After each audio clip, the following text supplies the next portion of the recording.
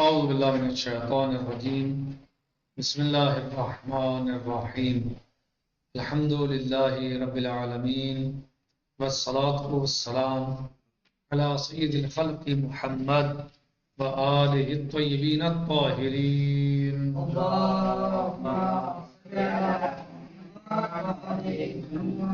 وعجل فرجهم.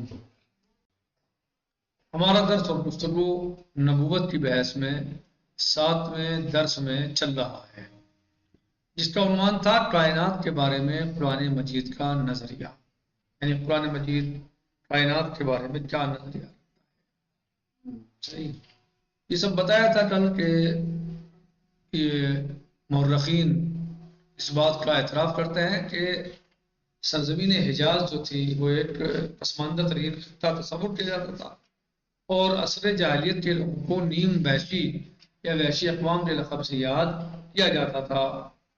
عقیدے کے اعتبار سے وہ لوگ بت پرست تھے، تمام معاشرے پر پتھر یا لکڑی کے بنائے ہوئے بتوں کا منحوس سایہ پھیلا ہوا تھا۔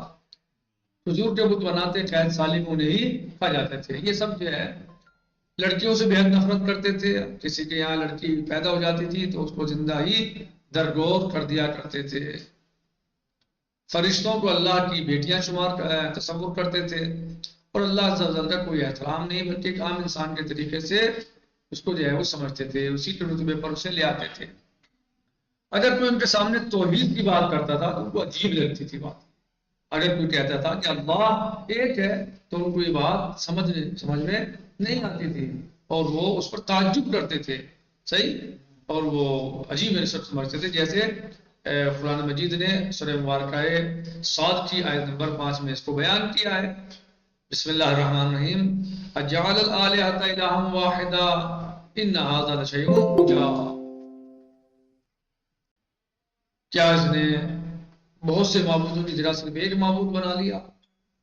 اجعل، کیا اس نے بنا دیا، قرار دے دیا، الہ آلہہ، بہت سارے خداؤں کو، الہ واحدہ، ایک اللہ، ایک خدا بنا دیا؟ یہ تو یقیناً بڑی عجیب چیز ہے۔ تو وہ کہا کرتے ہیں، ان کو عجیب لگتی تھی بات، کہ توحید کی بات ان کو عجیب اور غریب لگتی تھی، اور جو شخص ان کی خرافات، جھوٹے افسانے اور ان کے نظریات کے خلاف بات کرتا اسے دیوانہ کہہ کر پکارنے لگتے تھے، اور بس پھر سب کے سب جو ہے وہ ایسا ہی کرتے تھے، یعنی پورا سماج انہوں نے ایسا ہی بنا رکھا تھا۔ قبائلی نظام اپنی پوری شدت کے ساتھ معاشرے پر چھایا ہوا تھا، اور قبائلی اختلافات اس قدر شدید تھے کہ ہمیشہ جنگ کی آگ روشن رہا کرتی تھی، ہمیشہ، اور زمین کو ایک دوسرے کے خون سے رنگین رکھتے تھے۔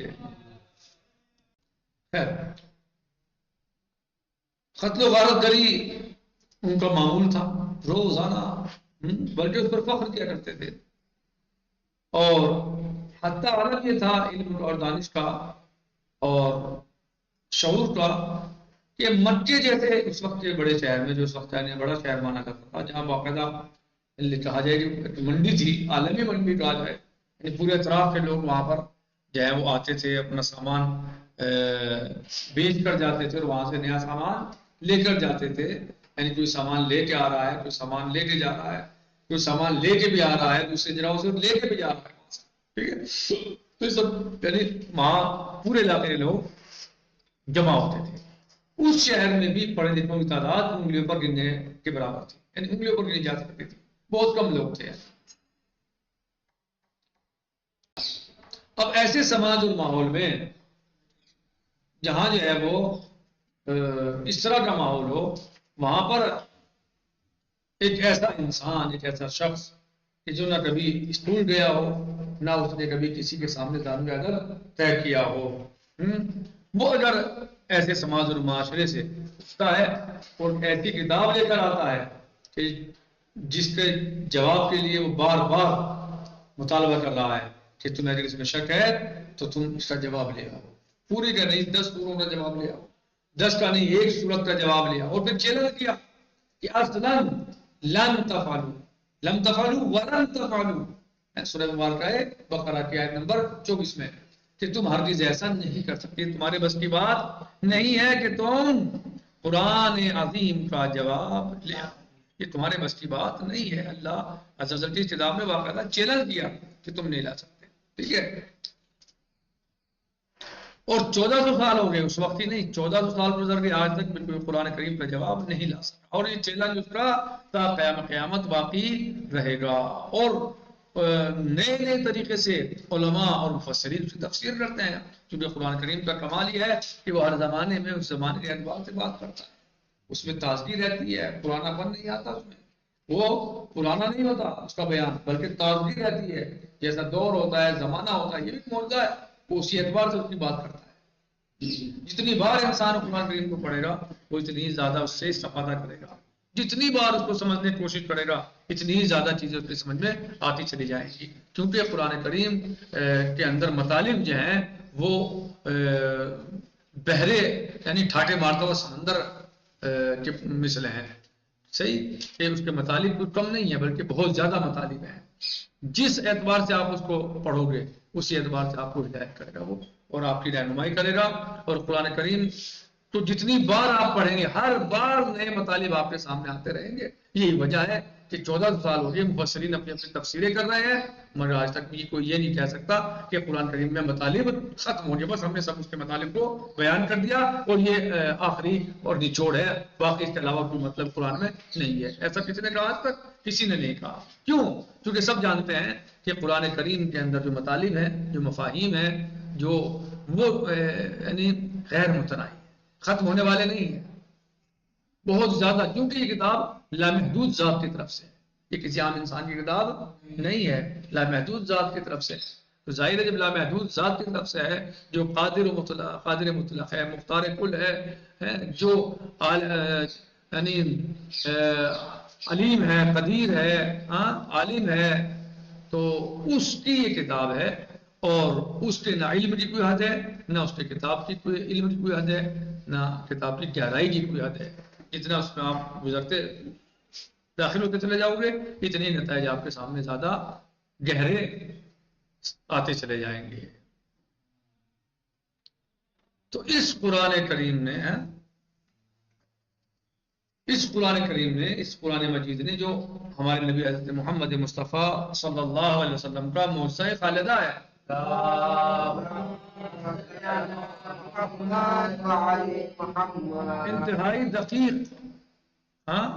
انتہائی دقیق اور منظم کائنات کا نقشہ پیش کیا ہے اور یہ پیش کرتا ہے. توحید کا مکمل تعارف بھی قرآن کی زبان سے ہوا ہوتا ہے. زمین و آسمان کی تخلیق کے اثار رموز، دن و رات، سورج، چاند، جمادات، نباتات اور انسان کی خلقت، غرض یہ کہ ان تمام اشیاء کو خدا کی نشانیوں اور اس کے وجود مبارک کی دلیلوں کے طور پر اپنی مختلف آیات میں مختلف انداز، تعبیرات اور تشبیہات سے پیش کرتا ہے. بعض اوقات وہ انسان کے وجود کی گہرائیوں میں اترتا ہے اور وہاں سے اٹھنے والی آواز کے ذریعے ثابت کرتا ہے کہ توحید اور یکتا پرستی انسان کی فطرت میں داخل ہے. جیسے ہم نے اس بھی پڑھ چکے ہیں، بسم اللہ الرحمن الرحیم، فَإِذَا رَكِبُوا فِي الْفُلْكِ دَعَوُا اللَّهَ مُخْلِصِينَ لَهُ الدِّينَ فَلَمَّا نَجَّاهُمْ إِلَى الْبَرِّ إِذَا هُمْ يُشْرِكُونَ. سورہ عنکبوت المبارکہ آیت نمبر 65 65. وہ جب اس کشتی پر سوار ہوتے ہیں تو اللہ کو خلوص کے ساتھ پکارتے ہیں، پھر جب وہ انہیں نجات دے کر خشکی تک پہنچا دیتا ہے تو شرک کرنے لگتے ہیں. صحیح، یہ سب ہم نے چیزیں تقریباً بیان کی. اس کے علاوہ خداوند متعال کی صفات کو انتہائی گہرے لیکن دلکش انداز سے پیش کرتا ہے قرآن مجید. ایک جگہ فرماتا ہے لیسا کمثلہ شیء، کوئی چیز بھی اس کے مانند نہیں ہے. جبکہ دوسرے مقام پر مولا عز و جل ارشاد فرماتا ہے بسم اللہ الرحمن الرحیم، هو اللہ الذی لا الہ الا هو عالم الغیب والشہادہ هو الرحمن الرحیم، هو اللہ الذی لا الہ الا هو الملک القدوس السلام المؤمن المهيمن العزيز الجبار المتكبر سبحان الله عما يشركون. هو الله الخالق البارئ المصور له الأسماء الحسنى يسبح له ما في السماوات والأرض وهو العزيز الحكيم. سورہ حشر المبارکہ آیت نمبر 22، 23، 24. کیا فرماتے ہیں اللہ سبحانہ وتعالی صاحب مبارکہ میں؟ وہی اللہ ہے جس کے علاوہ کوئی معبود نہیں، وہی اللہ ہے. یہ قرآن کریم اللہ عز و جل کا تعارف کیسے کرا رہا ہے، یا یہ کہا جائے کہ اللہ عز و جل اپنی کتاب قرآن مجید میں کیسے جو ہے وہ اپنا تعارف کرا رہا ہے؟ وہ فرماتا ہے واللہ الذی، ہاں کیا ہے، هو اللہ الذی لا الہ الا ہو، وہ اللہ وہ ہے جس کے علاوہ کوئی نہیں، اللہ، بس الہ صرف اور صرف وہی ہے، وہی اللہ ہے جس کے علاوہ کوئی معبود نہیں، پنہا اور آشکار چیزوں کا جاننے والا ہے، وہی رحمان اور رحیم ہے۔ کیا کہا؟ عالم الغیب والشہادہ هو الرحمن الرحیم، هو اللہ الذی لا الہ الا هو الملک القدوس السلام المؤمن المہیمن الجبار المہیمن العزیز الجبار المتکبر سبحان اللہ عما یشرکون۔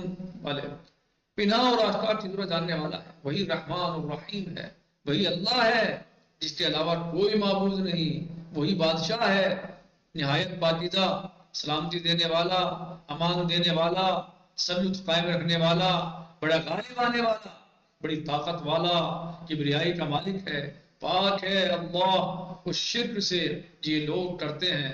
وہی اللہ ہے، وہی اللہ ہی خالق، پیدا کرنے والا اور صورت گر ہے، جس کے لیے حسین ترین نام ہے، جو کچھ آسمانوں اور زمین میں ہے سب اس کی تسبیح کرتے ہیں، اور وہ بڑا غالب آنے والا، حکمت والا ہے۔ خداوند عالم کے لامحدود علم کی توصیف ان دلکش الفاظ میں بیان کرتا ہے۔ قرآن کریم اللہ عز و جل کے لامحدود علم کی توصیف ان دلکش اور پرکشش اور جالب الفاظ میں بیان کرتا ہے۔ اور اگر زمین کے تمام درخت قلم بن جائیں اور سمندر کے ساتھ مزید 7 سمندر مل کر سیاہی بن جائیں تب بھی اللہ کے کلمات ختم نہ ہوں گے۔ هو اللہ الذی لا الہ الا هو الملک القدوس السلام المؤمن المہیمن العزیز الجبار المتکبر سبحان اللہ عما یشرکون۔ هو اللہ الخالق البارئ المصور له الاسماء الحسنى يسبح له ما في السماوات والارض وهو العزیز الحکیم۔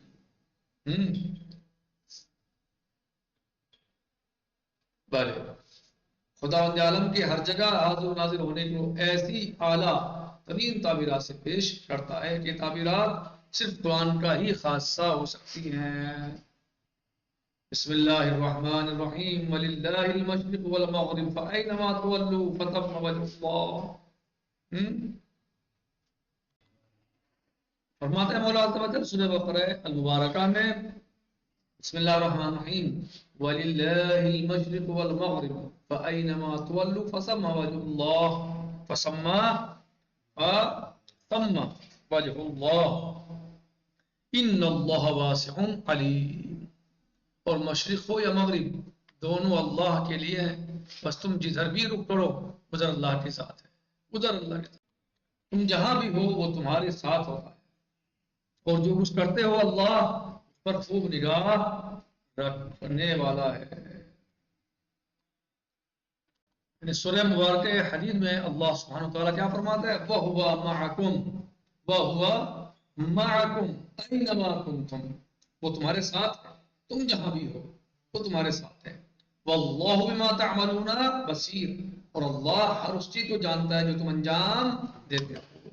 اللہ ہر تمہارے تمام اعمال سے واقف ہے، جاننے والا ہے، جو بھی تم کرتے ہو سب جانتا ہے۔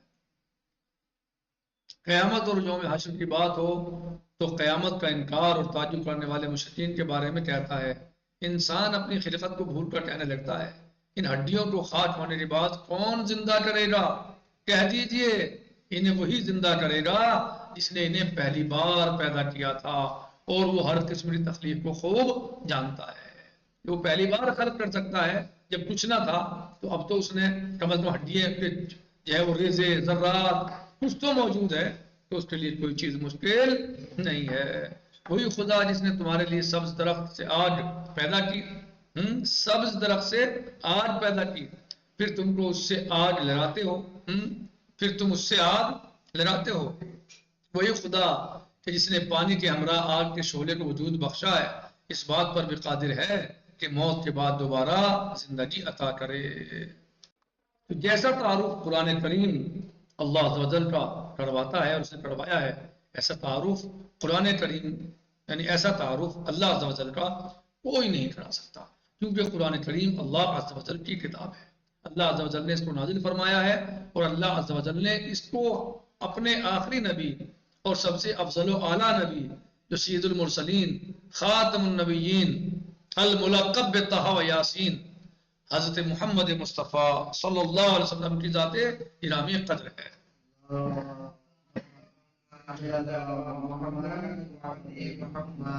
آپ صلی اللہ علیہ وسلم کو یہ معجزہ عطا فرمایا ہے کہ جو لاجواب ہے، جس کا جواب نہ کل تھا نہ آج ہے نہ کل آ پائے گا۔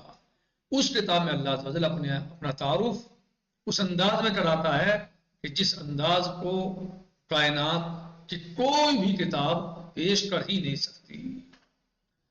ہمارا وقت تمام ہو گیا لیکن درس ابھی باقی ہے، انشاءاللہ آنے والے درس میں اس کو انشاءاللہ تمام کریں گے اور کوشش کریں گے بھرپور طریقے سے اپنی بحث کو ہم سمجھنے اور سمجھانے کی۔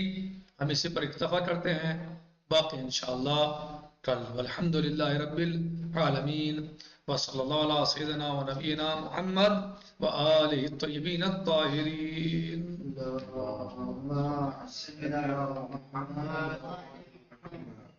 السلام علیکم ورحمۃ اللہ وبرکاتہ۔ فی امان اللہ، خدا حافظ۔